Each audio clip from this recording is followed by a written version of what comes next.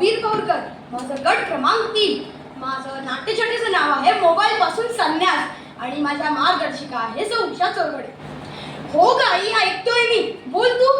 अगं मेसेज का केला तेवढ्यात? काय मेसेज? मोबाईल मध्ये बघू नकोस, माझ्याकडे बघ. बरं ठीक आहे, हो कळलं सगळं मला. काय कळलं? तू बाजारात चाललीये भाजी आणायला आणि तिथून मनीषा मावशीकडे जाऊन येते. मी भाजी आणि वरण गरम करायचं आणि जेवून घ्यायचं. हो हो, ताई आली की मगच जेवायचं. निघालीच आहे ती. काय? मला कसं माहिती? हे बघ ना, तिच्याशी चॅट करत होतो. अजून काय? सामानाची लिस्ट ना पाठवली म्हणजे मेसेज केली. बघ, करतो मी काम हा, आणि लक्षही ठेवतो आणि फोन पण ठेवतो बाजूला. अगं नाही करत टाइमपास. तू जा बरं आता. गेली, नाही तर परत सुरू झाली असती नेहमी सारखी. त्या फोनाला का चिपटून असतो. आधी तो फोन बाजूला ठेव आणि माझ्या बोलण्याकडे लक्ष दे. माझ्या आईला नेहमी असं वाटतं की मी त्या मोबाईलमध्ये चिटकलेलो असतो. आता तुम्ही लोक मला सांगा, मोबाईल काय फक्त मी टाइमपास करायला वापरतो का? कशासाठी वापरतो?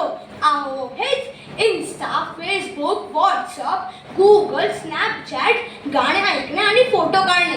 फोटो तसे काही मी फार नाही काढत हा, फक्त रोजचा एक असतो इन्स्टा स्टोरीला. अरे तो नाही का, गुड मॉर्निंग मंडे आणि 7 AM मला. बाकी काहीच नाही. आणि रोज मात्र माझे स्टेटस अपडेट असतात हा. रोज किमान 3-4 स्टेटस अपडेट असतात माझे. ते अगदी नियमित करतो हा मी. अहो का म्हणून का विचारताय? सध्या आपल्या आजूबाजूला किती हॅपनिंग घडत असतं ना, की त्या गोष्टीवर काहीतरी सुचतच. बोलणं होतं आणि आपण स्पष्टपणे मांडलं पाहिजे या मताचा मी तर आहेच. आणि शिवाय FB, इन्स्टावर कितीतरी सुंदर पेजेस असतात ज्यावर सुंदर ओळ्या आणि क्योट्स असतात. आणि हे आत्ताच माझा स्टेटस बघा ना. थांबा, तुम्हाला वाचून दाखवतो. बोलायला कोणीच नसलं यापेक्षा आपण बोललेलं समोरच्यापर्यंत पोचणं ही शोकांतिका जास्त घाण असते. वा, किती छान आणि खरं वाक्य आहे. पण माझ्या आईला हे अजिबातच पटणार नाही. तिचं आपलं नेहमीच म्हणणं असतं की तिचं बोलणं माझ्या कानापर्यंत पोचलं नाही. आता तिला हे कोण सांगणार की तिचा मुलगा तेव्हा कोणीतरी लिहिलेल्या इतक्या सुंदर ओळी वाचतो असते.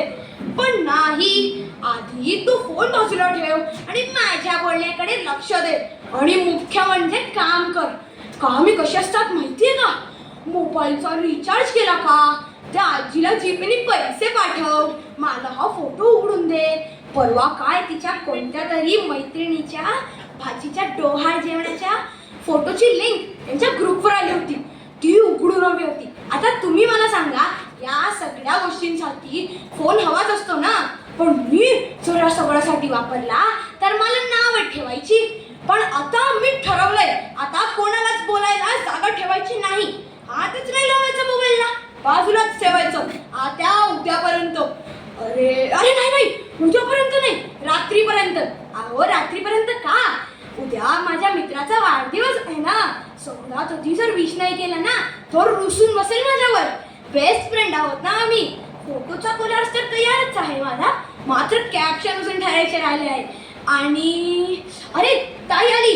हो आहे मी घरात. आई बाहेर गेलीये भाजी आणायला. जेवून घ्यायला सांगितलंय. मी पडतो, पण खरंच मोबाईलला हात नाही लावणार हा. थांबा, तुम्हाला खरं नाही वाटत का? मी स्टेटस ठेवतो. No calls, no message till night.